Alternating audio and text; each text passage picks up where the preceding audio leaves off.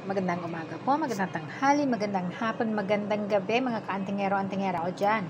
Sa video po na ito ay papakita ko sa inyo ang aking nasumpungan ngayong Holy Monday po. Nagagawa po ako ng salad, tapos itong mga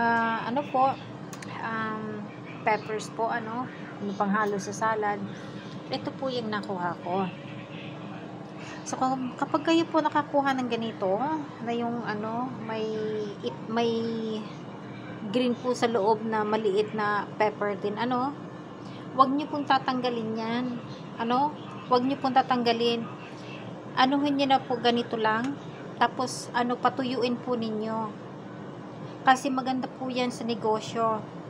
So, ayan po, kita ninyo yung siya, yung kambal niya po, yung anak niya nasa loob.